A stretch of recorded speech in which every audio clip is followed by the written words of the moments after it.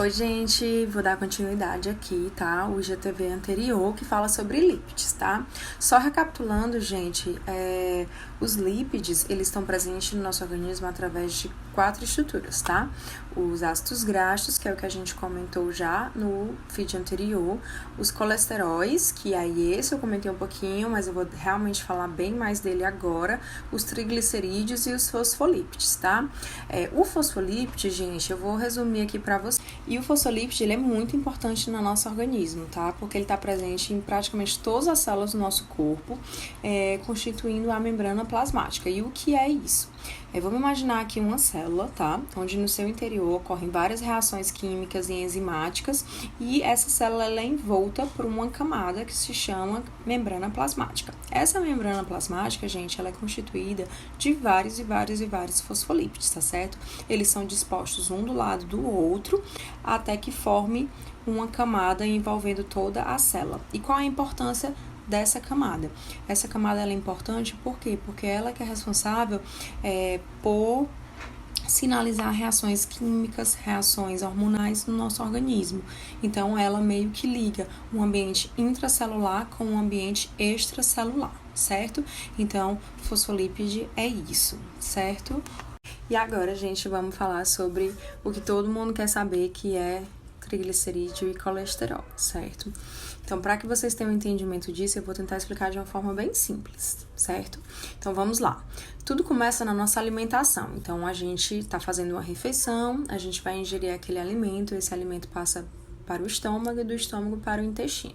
Quando chega a nível intestinal, esse alimento ele é absorvido, tá certo? E aí ele vai passar por várias etapas até chegar no fígado, que é onde realmente vai acontecer a metabolização dos nutrientes, certo? Só que antes de tudo isso acontecer, gente, ele precisa ser absorvido a nível intestinal. E aí eu queria deixar um primeiro ponto para vocês.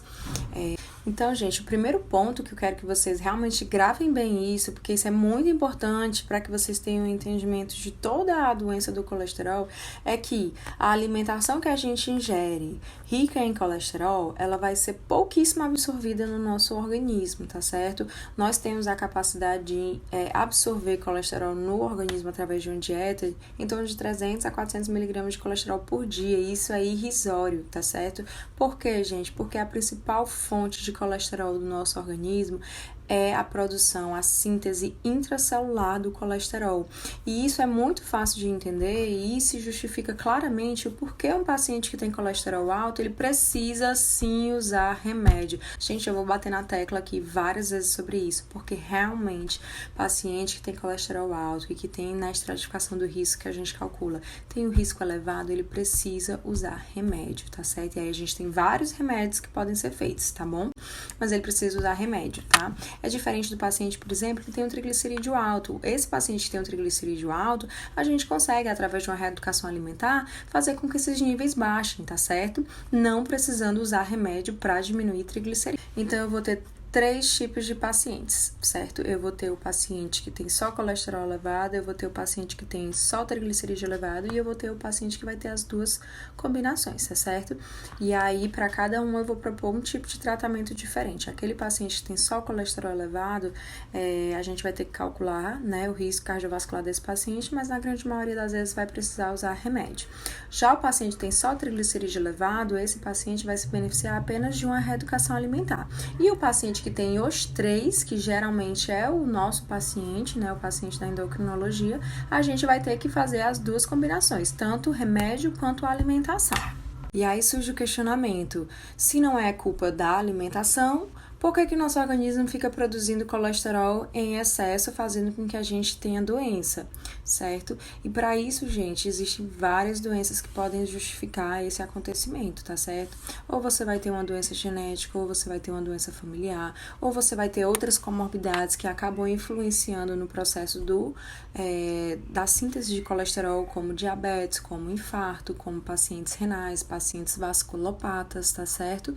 Então, existem várias causas que podem levar um paciente a ter doença do colesterol, que é o famoso colesterol elevado, tá certo? Que a gente chama de dislipidemia.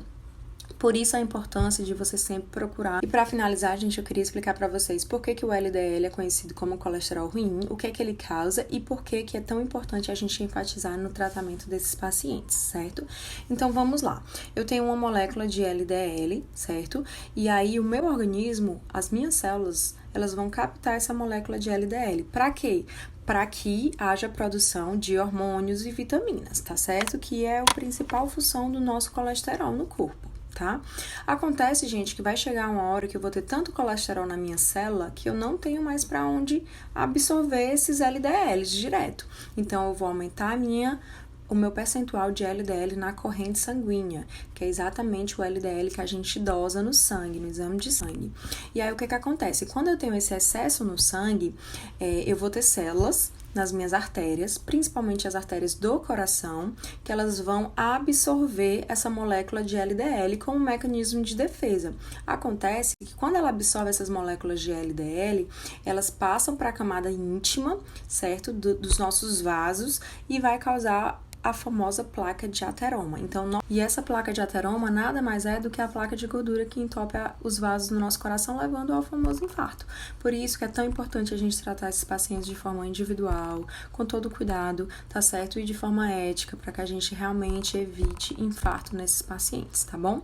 Gente, é isso. Tô terminando aqui meu primeiro módulo de lípides. Espero que tenham gostado. Qualquer dúvida podem falar comigo. E é isso. Beijos!